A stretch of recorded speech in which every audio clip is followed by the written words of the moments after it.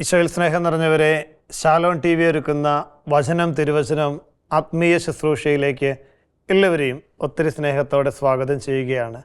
കർത്താവിൻ്റെ വചനത്തിൻ്റെ വലിയൊരു അഭിഷേകം നമ്മുടെ എല്ലാവരുടെയും ജീവിതത്തിൽ ഉണ്ടാകട്ടെ എന്ന് പ്രാർത്ഥിക്കുന്നു. നമുക്കൊരു നിമിഷം പ്രാർത്ഥിക്കാം. കർത്താവെ, അങ്ങയുടെ വചനത്താൽ ഞങ്ങളെ വിശുദ്ധീകരിക്കണമേ. അങ്ങയുടെ വചനം വിശുദ്ധ ഗ്രന്ഥത്തിൽ ഞങ്ങൾ കാണുന്നു. അന്ധൻ്റെ കണ്ണുകളെ സ്പർശിച്ചിട്ട് പറഞ്ഞു കാഴ്ചയുണ്ടാകട്ടെ. വചനത്തിലൂടെ അങ്ങ് സൗഖ്യം നൽകുകയാണ്. ആ വചനത്തിൻ്റെ അഭിഷേകം ഞങ്ങളുടെ ശരീരത്തിനും മനസ്സിനും സൗഖ്യവും ആനന്ദവും സന്തോഷവും പ്രത്യാശയും നൽകട്ടെ. പരിശുദ്ധാത്മാവേ, വചനത്തിലൂടെ ഞങ്ങളോട് സംസാരിക്കണമേ. പരിശുദ്ധ അമ്മേ, വചനത്തോട് ഞങ്ങളെ ചേർത്തിരുത്തണമേ. പ്രിയമുള്ളവരെ, ആത്മീയ ജീവിതത്തിൽ നാം ഓരോരുത്തരും എങ്ങനെ വളർച്ച പ്രാപിക്കണമെന്ന് വചനത്തിലൂടെ കർത്താവ് ഇന്ന് നമ്മളെ പഠിപ്പിക്കുക. പലപ്പോഴും നമ്മുടെയൊക്കെ ജീവിതത്തിൽ പ്രാർത്ഥനാ ജീവിതം ഇങ്ങനെ മുന്നോട്ട് പോകുമ്പോൾ ഒരു താല്പര്യക്കുറവ്, ഒരിഷ്ടക്കുറവ്, പഴയ തീഷ്ണത നമ്മുടെയൊക്കെ ജീവിതത്തിൽ നഷ്ടപ്പെട്ടു പോകുന്ന ചില അനുഭവങ്ങൾ. വെളിപാട് പുസ്തകം 2-ാം അധ്യായത്തിൻ്റെ 4-ാം തിരുവചനത്തിൽ ഇപ്രകാരം വചനം നമ്മളെ ഓർമ്മപ്പെടുത്തുന്നു: നിനക്ക് ആദ്യമുണ്ടായിരുന്ന സ്നേഹം നഷ്ടമായിരിക്കുന്നു. എവിടെ നിന്നാണത് നഷ്ടപ്പെട്ടതെന്ന് തിരിച്ചറിഞ്ഞ് ആദ്യ സ്നേഹത്തിലേക്ക് മടങ്ങി വരുവനെന്ന് ഈശോ നമ്മളെ ഓർമ്മപ്പെടുത്തുകയാണ്. നമ്മുടെ ജീവിതത്തിൽ ഒരു തിരിച്ചുവരവിന്, നമ്മളായിരിക്കുന്ന ജീവിതാവസ്ഥയിൽ നിന്നും ദൈവം ആഗ്രഹിക്കുന്ന ജീവിതത്തിലേക്കുള്ള ഒരു മടങ്ങിവരവ്, അല്ലേ? വചനം ഇങ്ങനെ പറഞ്ഞു, വിലാപങ്ങളുടെ പുസ്തകം 3:40 നമുക്ക് നമ്മുടെ വഴികളെക്കുറിച്ച് സൂക്ഷ്മമായി പരിശോധിക്കുകയും ദൈവത്തിങ്കിലേക്ക് തിരിയുകയും ചെയ്യാം. പലപ്പോഴും ഉണ്ടല്ലോ, ആത്മീയ ജീവിതത്തിൽ നമ്മൾ മുൻപോട്ട് പോകുന്നതിന് പകരം പ്രോഗ്രസീവ് ഗ്രോത്ത് ഓഫ് ലൈഫ് എന്നതിന് പകരം പലപ്പോഴും നമ്മുടെ ഗ്രാഫ് ഇങ്ങനെ താഴോട്ട് പോയിക്കൊണ്ടിരിക്കുക. പല പ്രാർത്ഥനകളും ആവർത്തന വിരസമാവുകയാണ്. ഒരു ഇൻട്രസ്റ്റ് നഷ്ടപ്പെടുകയാണ്, ഒരു താല്പര്യക്കുറവ്. ഇതാ ഈശോ നമ്മളെ പഠിപ്പിക്കുകയാണ്, ആത്മീയ ജീവിതത്തിൽ നീ വളർച്ച പ്രാപിക്കേണ്ട വ്യക്തിയാണ്. തളർന്നു പോകരുത്.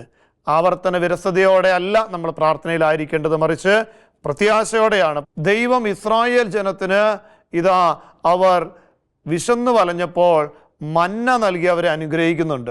ഈ മന്ന ഭക്ഷിച്ച ദൈവജനം നോക്കിയേ, ദൈവം അത്ഭുതകരമായി അവരുടെ ജീവിതത്തിൽ ഇടപെട്ടു. ഈജിപ്തിൻ്റെ അടിമത്തത്തിൽ നിന്ന് അവരിങ്ങനെ നയിച്ചുകൊണ്ട് പോകുന്നു. അവർക്ക് ഭക്ഷിക്കുവാനായി മന്ന നൽകി. മന്ന ലഭിച്ചപ്പോൾ അവർ സന്തോഷത്തോടെ പറഞ്ഞു, ഇതാ പുറപ്പാട് 16:31 തിരുവചനം, ഇസ്രായേൽക്കാർ അതിന് മന്ന എന്ന പേര് നൽകി. അത് കൊത്തമ്പാലരി പോലെയായിരുന്നു, വെളുത്തതും തേൻ ചേർത്ത അപ്പത്തിൻ്റെ രുചിയുള്ളതുമായിരുന്നു. അപ്പോൾ മന്ന ഭക്ഷിച്ച ഇസ്രായേൽ സമൂഹം ആ മന്ന, ആ അപ്പത്തിൻ്റെ രുചിയെക്കുറിച്ച്, മന്നയുടെ രുചിയെക്കുറിച്ച് ഇങ്ങനെ പറഞ്ഞ്, തേൻ ചേർത്ത അപ്പം പോലെയായിരുന്നു. എന്ന് വെച്ചാൽ വളരെ രുചികരമായിരുന്നു, വളരെ സന്തോഷമായിരുന്നു. അത് കഴിക്കുമ്പോൾ അവർക്ക് ആനന്ദമുണ്ടായിരുന്നു. പ്രിയമുള്ളവരെ, തുടർന്ന് ഈ മന്ന എല്ലാ ദിവസവും അവർക്ക് ലഭിച്ചുകൊണ്ടിരുന്നു. അവർക്കതൊരു ആവർത്തന വിരസമായിട്ട് തോന്നി, ഒരു ഇഷ്ടക്കുറവ്. ഇതാ മന്ന, അതിൻ്റെ ടേസ്റ്റ് മെല്ലെ മാറി തുടങ്ങുകയാണ്. വിശുദ്ധ ഗ്രന്ഥം സംഖ്യയുടെ പുസ്തകം 11-ാം അധ്യായം 7-ാം തിരുവചനത്തിൽ ഇങ്ങനെയാണ് വചനം പറയുന്നത്: മന്നായ്ക്ക് കൊത്തമ്പാലരിയുടെ ആകൃതിയും ഗുൽഗുലുവിൻ്റെ നിറവുമായിരുന്നു. ജനം ചുറ്റി നടന്നത് ശേഖരിച്ച് തിരികല്ലിലോ ഉരലിലോ ഇട്ട് പൊടിച്ച് കലത്തിൽ വേവിച്ച് അപ്പമുണ്ടാക്കി പോന്നു. എണ്ണ ചേർത്ത ചുട്ട അപ്പത്തിൻ്റേത് പോലെയായിരുന്നു അത്. ആരംഭത്തിൽ അവർക്കത് തേൻ ചേർത്ത അപ്പമായിരുന്നു. കുറച്ച് നാൾ കഴിഞ്ഞപ്പോൾ അത് എണ്ണ ചേർത്ത അപ്പമായി. രുചി കുറഞ്ഞു, ടേസ്റ്റ് കുറഞ്ഞു, പ്രാർത്ഥിക്കുവാനുള്ള ഇൻട്രസ്റ്റ് നഷ്ടപ്പെട്ടു, പ്രാർത്ഥനയിലെ അനുഭവങ്ങൾ കുറഞ്ഞു. ഇതാ വീണ്ടും വീണ്ടും ജീവിതം മുന്നോട്ട് പോകുമ്പോൾ മന്നയെക്കുറിച്ച് ഇതാ നമ്മൾ വിശുദ്ധ ഗ്രന്ഥം സംഖ്യയുടെ പുസ്തകത്തിൻ്റെ 21-ാം അധ്യായത്തിൻ്റെ 5-ാം തിരുവചനത്തിലേക്ക് എത്തുമ്പോൾ, പ്രിയമുള്ളവരെ, ജനം ദൈവത്തിനും മോശയ്ക്കുമെതിരായി സംസാരിച്ചു. ഈ മരുഭൂമിയിൽ മരിക്കുവാൻ നീ ഞങ്ങളെ ഈജിപ്തിൽ നിന്നും കൊണ്ടുവന്നതെന്തിന്? ഇവിടെ അപ്പമോ വെള്ളമോ ഇല്ല. വിലകെട്ട ഈ അപ്പം തിന്ന് ഞങ്ങൾ മടുത്തു. വിലകെട്ട ഈ അപ്പം തിന്ന് ഞങ്ങൾ മടുത്തു. പ്രിയമുള്ളവരെ, നോക്കിക്കേ, മന്ന ഭക്ഷിച്ച ഇസ്രായേൽ സമൂഹത്തിൻ്റെ ജീവിതത്തിൽ വന്ന മാറ്റങ്ങളെക്കുറിച്ചാണ് വിശുദ്ധ ഗ്രന്ഥം പറയുന്നത്. ആദ്യം തേൻ ചേർത്ത അപ്പം, എണ്ണ ചേർത്ത അപ്പം, ഇന്നിതാ വിലകെട്ട അപ്പമായിട്ടത് മാറിയിരിക്കുന്നു. എന്ന് വെച്ചാൽ പ്രിയമുള്ളവരെ, യാതൊരു ഇഷ്ടവുമില്ല, താല്പര്യവുമില്ല. ആത്മീയ ജീവിതത്തിൻ്റെ വളർച്ചയിൽ നമുക്ക് സംഭവിക്കാൻ പറ്റുന്ന ഒരു തകർച്ചയെക്കുറിച്ചാണ് കർത്താവ് വചനത്തിലൂടെ നമ്മളെ പഠിപ്പിക്കുന്നത്. എങ്ങനെ ആയിരിക്കണം ആത്മീയ ജീവിതം? അതിൻ്റെ നേരെ വിപരീതമായിട്ടുള്ള കാര്യമാണ് നമ്മൾ വിശുദ്ധ ഗ്രന്ഥത്തിൽ ഇപ്പോൾ കണ്ടത്. ഇതാ തേൻ ചേർത്ത അപ്പം, എണ്ണ ചേർത്ത അപ്പം, വിലകെട്ട അപ്പം, ഇത് താഴ്ന്നു പോവുക. ഗ്രാഫിൻ്റെ ലെവൽ ഇങ്ങനെ ഇങ്ങോട്ട് താഴേക്ക് പോവുകയാണ്. ചിലപ്പോൾ നമ്മൾ ധ്യാനം കൂടും, പ്രാർത്ഥിക്കും, നമുക്ക് വലിയ ഉന്മേഷമായി ഉണർവായി 2 ദിവസം നിൽക്കും.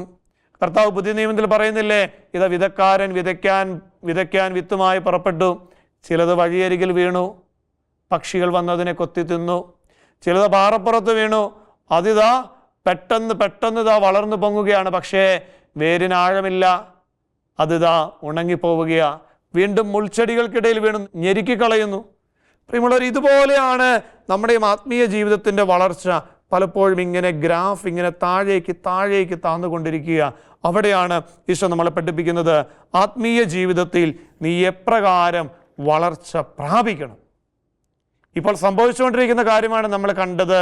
എങ്കിൽ എപ്രകാരം വളർച്ച നീ പ്രാപിക്കണം എന്നതിനെക്കുറിച്ച് വിശുദ്ധ യോഹന്നാന്റെ സുവിശേഷം 4-ാം അധ്യായത്തിൽ സമറിയാക്കാരി സ്ത്രീയുടെ ജീവിതത്തിലൂടെ ഈശോ നമ്മളെ പഠിപ്പിക്കുകയാണ്. അതിങ്ങനെ ഒരു പ്രോഗ്രസീവ് ഗ്രോത്താണ്. സമറിയാക്കാരി സ്ത്രീയെ നട്ടുച്ച നേരത്ത് വെള്ളം കോരാൻ വരിക. നട്ടുച്ച നേരത്ത് വെള്ളം കോരാൻ വരുമ്പോൾ പ്രിയമുള്ളവരെ, അവളെ കാത്തിരിക്കുന്ന ഒരു ഈശോ ഉണ്ട്. പ്രിയമുള്ള സഹോദര സഹോദരി, നിന്റെ ജീവിതത്തിൽ ദൈവം നിന്നെ കാത്തിരിക്കുന്ന ചില നിമിഷങ്ങളുണ്ട് കേട്ടോ. കൂടെയുള്ള എല്ലാവരെയും മാറ്റി നിർത്തി, സ്ലീഹന്മാരെ കൂടെ ഉണ്ടായിരുന്നവരെയൊക്കെ പല കാര്യങ്ങൾക്കായി പറഞ്ഞയച്ചു. ദൈവം നിനക്കു വേണ്ടി കാത്തിരിക്കുന്ന ജീവിതത്തിൻ്റെ ചില നിമിഷങ്ങളുണ്ട്. അവിടെ ഇതാ ദൈവം തന്നെ ഇടപെടുന്ന ചില നിമിഷങ്ങൾ കടന്നു വരും. അവിടെ നീ തിരിച്ചറിയണം ദൈവത്തിൻ്റെ ഇടപെടലിനെ കുറിച്ച്. വചനത്തിൽ നമ്മൾ ഇങ്ങനെയാണ് കാണുന്നത്, സമറിയാക്കാരി സ്ത്രീ വെള്ളം കോരാൻ വരുന്നു. അവൾ ആരോടും സംസാരിക്കുന്നില്ല. അവളുടെ ജീവിതത്തിൻ്റെ സങ്കടങ്ങളും വിഷമങ്ങളും കടന്നു പോകുന്ന ഒത്തിരി വേദനയുടെ അനുഭവങ്ങളും ഇതുമായിക്കൊള്ളട്ടെ പ്രിയമുള്ളവരെ, അവൾ ആരോടും സംസാരിക്കാതെ നിൽക്കുമ്പോൾ ഈശോ അവളോട് ചോദിക്കുന്നു, സ്ത്രീയെ, എനിക്കല്പം വെള്ളം തരിക, എനിക്ക് കുടിക്കാനായി അല്പം വെള്ളം തരിക. നോക്കിയേ, അവളോട് സംവാദനത്തിൽ ഏർപ്പെടുന്ന ഈശോ. അവൾ പറയുകയാണ്, നീയൊരു യഹൂദനായിരിക്കെ. പ്രിയമുള്ളവരെ, യഹൂദരും സമരിയാക്കാരും തമ്മിൽ അത്ര നല്ല സ്വരച്ചേർച്ചയിലല്ല. ഇതാ 9-ാം തിരുവചനത്തിൽ ആ സമരിയാക്കാരി സ്ത്രീ അവനോട് ചോദിക്കുന്നു, നീയൊരു യഹൂദനായിരിക്കും. ഈശോയെ ആദ്യം അവൾ മനസ്സിലാക്കുന്നത് ഒരു യഹൂദനെന്ന്. വീണ്ടും വചനം ഇങ്ങനെ വായിച്ച് മുന്നോട്ട് പോകുമ്പോൾ 11-ാം തിരുവചനത്തിൽ അവൾ പറഞ്ഞു, പ്രഭോ, വെള്ളം കോരാൻ നിനക്ക് പാത്രമില്ല. ഈശോ പറയുന്നുണ്ട്, യേശു അവളോട് പറഞ്ഞു, ദൈവത്തിൻ്റെ ദാനം എന്താണെന്നും എനിക്ക് കുടിക്കാൻ തരിക എന്ന് നിന്നോട് ആവശ്യപ്പെടുന്ന ആരെന്നും പറഞ്ഞിരുന്നെങ്കിൽ നീ അവനോട് ചോദിക്കുമായിരുന്നു. അപ്പം നീ ഈശോയോട് ചോദിക്കുമായിരുന്നു. ഈശോ അവളോട് പറയുക, നീ എന്നോട് ചോദിക്കുമായിരുന്നു. അപ്പോൾ അവൾ ഈശോയെ നോക്കിക്കൊണ്ട് ചോദിച്ചു, പ്രഭു, നിനക്ക് വെള്ളം കോരാൻ പാത്രമില്ല. യഹൂദൻ എന്ന പദത്തിൽ നിന്നും അവൾ ഈശോയെ അല്പം കൂടെ മെച്ചപ്പെട്ട തലത്തിലേക്ക് മനസ്സിലാക്കുകയാണ്. പ്രഭു, അങ്ങേക്ക് വെള്ളം കോരാൻ പാത്രമില്ല, കിണറോ ആഴമുള്ളതും. വീണ്ടും അവൾ ഈശോയെ ഇങ്ങനെയാണ് മനസ്സിലാക്കുന്നത്, ഈ കിണർ ഞങ്ങൾക്ക് നൽകിയ യാക്കോബിനേക്കാൾ, പിതാവായ യാക്കോബിനേക്കാൾ, യാക്കോബിൻ്റെ കിണർ എന്നാണ് അത് അറിയപ്പെടുന്നത്, യാക്കോബിനേക്കാൾ വലിയവനാണോ യഹൂദനെന്ന്, പ്രഭോ എന്ന് യാക്കോബിനേക്കാൾ വലിയവനാണോ എന്ന തലത്തിലേക്ക് നോക്കിയാൽ ഒരു പ്രോഗ്രസീവ്, ഒരു വളർച്ചയുടെ തലം നമ്മൾ അവിടെ കാണുക. വീണ്ടും ഈശോ അവളോട് സംസാരിക്കുന്നുണ്ട്, പല കാര്യങ്ങൾ ചോദിക്കുന്നുണ്ട്. പ്രിയമുള്ളവരെ, അവസാനം ഈശോ അവളോട് പറഞ്ഞു, ഞാൻ നിനക്ക് വെള്ളം തരാം, പക്ഷെ നീ ഒരു കാര്യം ചെയ്യണം, നീ തിരിച്ചു ചെന്ന് നിന്റെ ഭർത്താവിനെ കൂട്ടിക്കൊണ്ടുവരണം. അവൾ പറഞ്ഞു, എനിക്ക് ഭർത്താവില്ല. പ്രിയമുള്ളവരെ, എനിക്ക് ഭർത്താവില്ല. ഈശോ പറഞ്ഞു, നീ പറഞ്ഞത് ശരിയാണ്, നിനക്ക് 5 ഭർത്താക്കന്മാരുണ്ടായിരുന്നു, ഇപ്പോൾ ഉള്ളവൻ നിന്റെ ഭർത്താവല്ല. നോക്കിക്കേ, സാധാരണ സംഭാഷണത്തിൽ നിന്നും അവളുടെ ജീവിതത്തിൻ്റെ കടന്നു പോകുന്ന പച്ചയായ യാഥാർത്ഥ്യത്തിലേക്ക് ഈശോ വിരൽ ചൂണ്ടുമ്പോൾ അവൾ തിരിച്ചറിയുകയാണ്, പ്രഭോ, അങ്ങൊരു പ്രവാചകനാണോ? കാരണം തൻ്റെ ജീവിതത്തിൻ്റെ എല്ലാ കാര്യങ്ങളും തന്നോട് ഇങ്ങനെ തുറന്നു പറയുകയാണ്.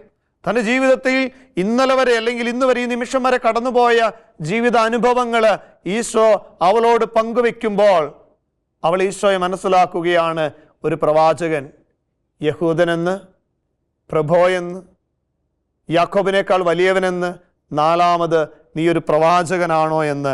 ഇതാ യോഹന്നാന്റെ സുവിശേഷം 4-ാം അധ്യായത്തിൻ്റെ 19-ാം തിരുവചനം. അവൾ പറഞ്ഞു, പ്രഭോ, അങ്ങൊരു പ്രവാചകനാണെന്ന് ഞാൻ മനസ്സിലാക്കുന്നു.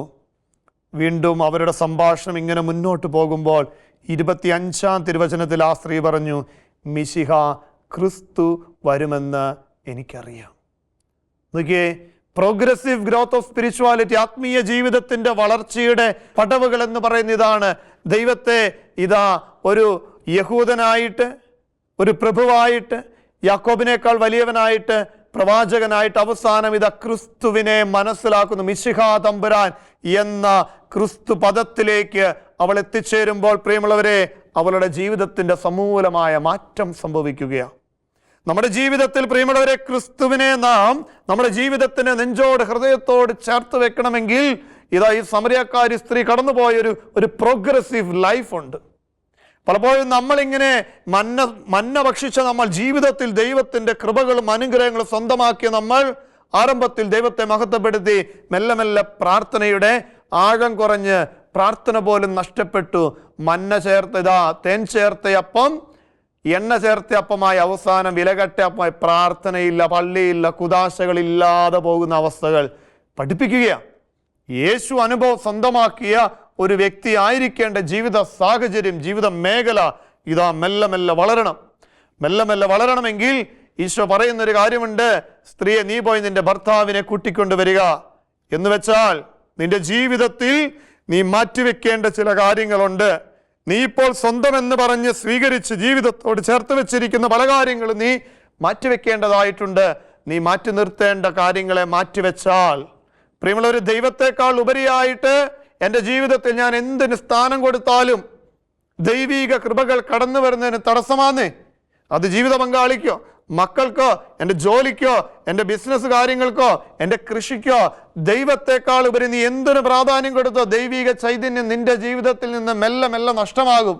ധനികനായ യുവാവ് ഇങ്ങനെയാണ് പറയുന്നത്, എൻ്റെ ഫലങ്ങൾ ശേഖരിച്ചു വെക്കുവാൻ എനിക്ക് സ്ഥലമില്ല, പുതിയ അറപ്പുരകൾ ഞാൻ പണിയും, പുതിയ അറപ്പുരകൾ പണിയും, തിന്നുകുടിച്ച് ആനന്ദിക്കുമെന്ന് എൻ്റെ ജീവിതത്തോട് തന്നെ ഞാൻ പറയും. കാരണം വർഷങ്ങളിലേക്കുള്ള നിക്ഷേപങ്ങൾ എനിക്ക് സ്വന്തമായി കിട്ടിയിരിക്കുന്നു.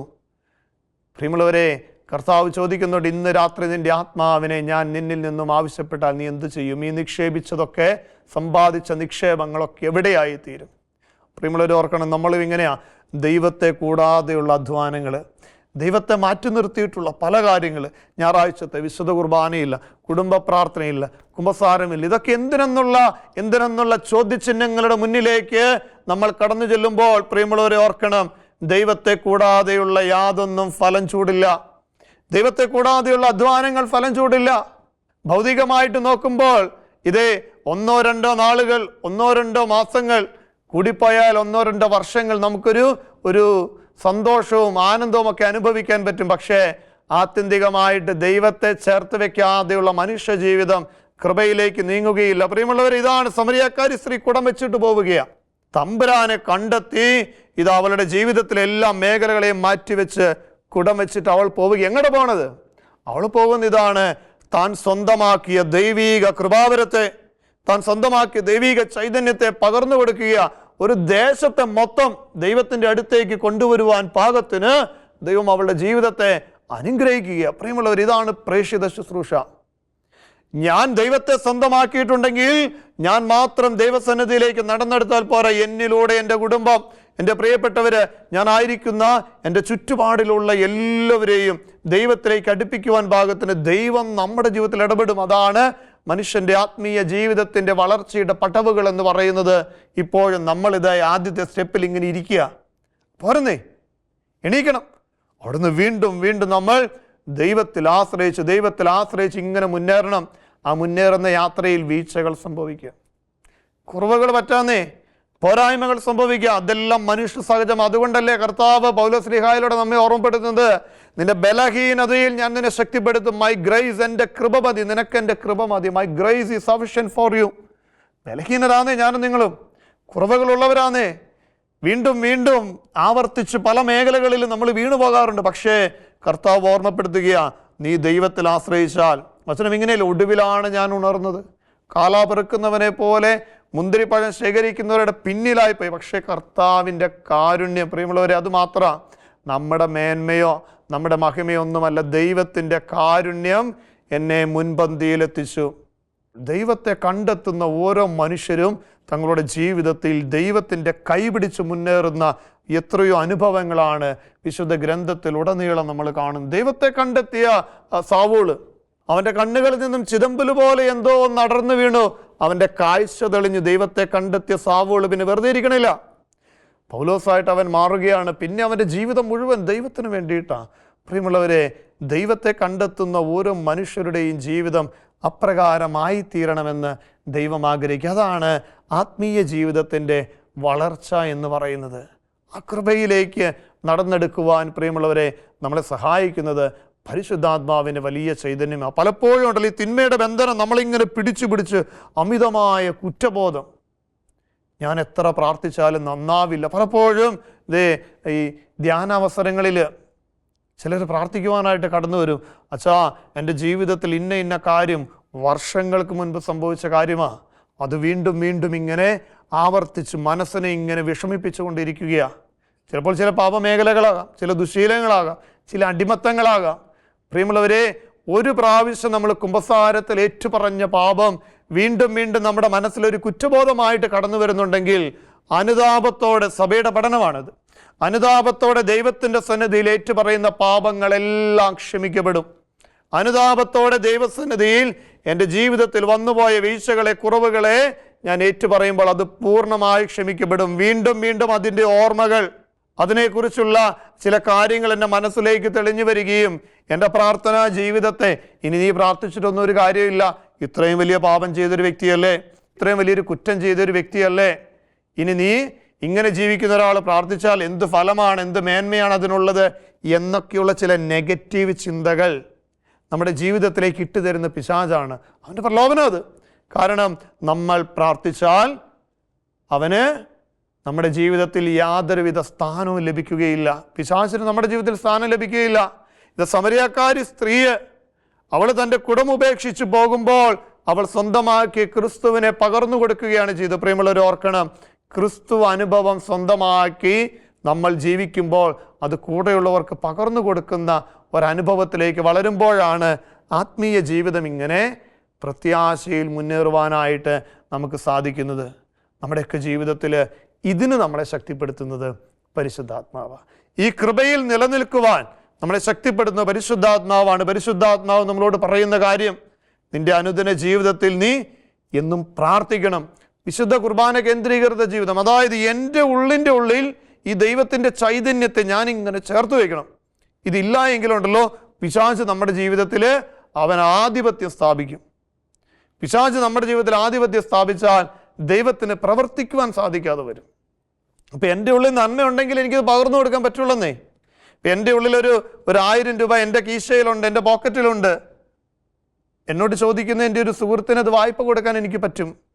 പക്ഷേ 1000 രൂപയുള്ള എനിക്ക് ഒരു 2000 രൂപയോ 3000 രൂപയോ എൻ്റെ പ്രിയപ്പെട്ട സുഹൃത്തിന് വായ്പ കൊടുക്കാൻ ആഗ്രഹമുണ്ടെങ്കിലും സാധിക്കുകയില്ല. കാരണം എൻ്റെ കയ്യിലില്ല. എൻ്റെ കയ്യിൽ കർത്താവിൻ്റെ സ്നേഹം ഉണ്ടെങ്കിൽ സ്നേഹിക്കാൻ പറ്റുള്ളന്നേ. എൻ്റെ ഉള്ളിൻ്റെ ഉള്ളിൽ ഇതാ പരിശുദ്ധാത്മാവിൻ്റെ കൃപകളുണ്ടെങ്കിലേ, പരിശുദ്ധാത്മാവിൻ്റെ ഫലങ്ങൾ 9 ഫലങ്ങളുണ്ടല്ലോ. ഗലാത്യ ലേഖനം 5-ാം അധ്യായം 22-23 തിരുവചനങ്ങളിൽ നാം കാണുന്നുണ്ട്. സ്നേഹം, ആനന്ദം, സമാധാനം, ക്ഷമ, ദയ, നന്മ, വിശ്വസ്തത, സൗമ്യത, ആത്മസംയമനം. ഈ കൃപകളാൽ നിറയപ്പെട്ടാൽ എനിക്ക് സ്നേഹിക്കാൻ പറ്റുള്ളന്നേ. മറ്റുള്ളവരോട് ക്ഷമിക്കണമെങ്കിൽ എൻ്റെ ഉള്ളിൽ ഈ ക്ഷമയുടെ ഒരു വിത്തുണ്ടാകണമെന്നേ. ആത്മസംയമനത്തോടെ പലപ്പോഴും നമ്മൾ പെട്ടെന്ന് കോപിക്കുന്നു, അമിതമായ കോപം, പെട്ടെന്ന് പ്രതികരിക്കുന്നു, എന്താ പറയണമെന്ന് അറിയത്തില്ല. ആത്മസംയമനം ഇതുണ്ടാകണമെങ്കിൽ എൻ്റെ ഉള്ളിൽ ആ ഒരു ദൈവിക ചൈതന്യം ഉണ്ടാകണമെന്നേ. പ്രിയമുള്ളവരെ, ഇത് നമുക്ക് ലഭിക്കുന്നത് പരിശുദ്ധാത്മാവിൻ്റെ വലിയ അഭിഷേകത്തിലൂടെ. എന്ന് വെച്ചാൽ ഈ കാലഘട്ടത്തിൽ പുതുജീവിതത്തിലേക്ക്, പുത്തൻ പ്രത്യാശയിലേക്ക് നമ്മളെ നയിക്കുന്നത് പരിശുദ്ധാത്മാവാണ്. എസെക്കിയേൽ പ്രവാചകന്റെ പുസ്തകത്തിൽ നമ്മൾ ഇപ്രകാരം വായിക്കുന്നുണ്ട്. എസെക്കിയേൽ പ്രവാചകന്റെ പുസ്തകം 37-ാമത്തെ അധ്യായത്തിൻ്റെ 10-ാം തിരുവചനം, അവിടുന്ന് കൽപ്പിച്ചതുപോലെ ഞാൻ പ്രവചിച്ചു, അപ്പോൾ ജീവശ്വാസം അവരിൽ പ്രവേശിച്ചു, അവർ ജീവൻ പ്രാപിച്ചു. വളരെ വലിയൊരു സൈന്യം പോലെ അവർ എഴുന്നേറ്റ് നിന്ന് ജീവൻ നൽകുന്നത്, പുതുജീവൻ നൽകുന്നത്, പ്രത്യാശ നൽകുന്നത് പരിശുദ്ധാത്മാവാണ് നീ. ഈ പരിശുദ്ധാത്മാവിൻ്റെ ചൈതന്യം നമ്മുടെ ഓരോരുത്തരുടെയും ജീവിതത്തെ കൃപയിലേക്ക് നയിക്കും, പ്രത്യാശയിലേക്ക് നയിക്കും, പുത്തൻ അഭിഷേകത്തിലേക്ക് നയിക്കും. അതാണ് ആത്മീയ ജീവിതത്തിൻ്റെ വളർച്ച എന്ന് പറയുന്നത്. ഈ കിടക്കുന്ന കിടപ്പിൽ കിടക്കേണ്ടവരൊന്നും അല്ലെന്നേ നമ്മൾ. എണീക്കണം, നീ ചാടി എഴുന്നേക്കണം. കർത്താവിൻ്റെ കരം പിടിച്ച് ഒത്തിരി ദൂരം സഞ്ചരിക്കേണ്ടവരാ നാം ഓരോരുത്തരും. അനേകരെ കർത്താവിൻ്റെ കരങ്ങളിലേക്ക് ചേർത്ത് വെക്കേണ്ടവരാ നമ്മൾ ഓരോരുത്തരും. കരങ്ങൾക്കൊപ്പം കണ്ണുകൾ അടയ്ക്കാം. കരുണ്യവാനായ നല്ല ദൈവമേ, പലപ്പോഴും ഞങ്ങൾ ആത്മീയ ജീവിതത്തിൽ ഞങ്ങളുടെ വളർച്ച എന്ന് പറയുന്നത് താഴേക്ക് പോവുക. ആഗ്രഹിക്കുന്ന രീതിയിൽ ആത്മീയ ജീവിതത്തിൽ മുന്നേറാനായിട്ട് ഞങ്ങൾക്ക് പറ്റണില്ല. തേൻ ചേർത്ത അപ്പം അത് വിലകെട്ട അപ്പം എന്ന തലത്തിലേക്ക് താണുപോയതുപോലെ പലപ്പോഴും ഞങ്ങളുടെ ഓരോരുത്തരുടെയും ജീവിതത്തിൽ ദൈവമേ ഒത്തിരി ദൈവാനുഗ്രഹം കിട്ടുമ്പോഴും ഞങ്ങൾക്ക് പ്രാർത്ഥിക്കാൻ പറ്റണില്ല. ദൈവമേ, അങ്ങയോടൊപ്പമായിരിക്കുവാനായിട്ട് പലപ്പോഴും സാധിക്കുന്നില്ല. ഈശോയെ, അങ്ങയുടെ പരിശുദ്ധാത്മാവിനെ ഞങ്ങളെ ശക്തിപ്പെടുത്തണമേ. സമരക്കാരി സ്ത്രീയുടെ ജീവിതത്തിലൂടെ യോഹന്നാന്റെ സുവിശേഷം 4-ാം അധ്യായത്തിലൂടെ അങ്ങ് ഞങ്ങളെ പഠിപ്പിക്കുന്നുണ്ടല്ലോ. പ്രോഗ്രസീവ് ആരോഹണക്രമം, പ്രോഗ്രസീവ് ഗ്രോത്ത് ഇൻ സ്പിരിച്വാലിറ്റി, ആത്മീയ ജീവിതത്തിൻ്റെ വളർച്ച എങ്ങനെയായിരിക്കണമെന്ന് ദൈവമേ ആ കൃപയിലേക്ക് നടന്നെടുക്കുവാൻ, ആത്മീയ ജീവിതത്തിൽ ദൈവമേ അങ്ങയെ സ്വന്തമാക്കുവാനും മറ്റുള്ളവരിലേക്ക് ആ ചൈതന്യത്തെ പകർന്നു കൊടുക്കുവാനും ഞങ്ങളെ ശക്തിപ്പെടുത്തണമേ. പരിശുദ്ധാത്മാവേ, ഞങ്ങളെ ഓരോരുത്തരെയും നയിക്കണമേ, ഞങ്ങളുടെ കൂടെ ഉണ്ടാകണമേ, ഞങ്ങളെ ബലപ്പെടുത്തണമേ. ആമേൻ.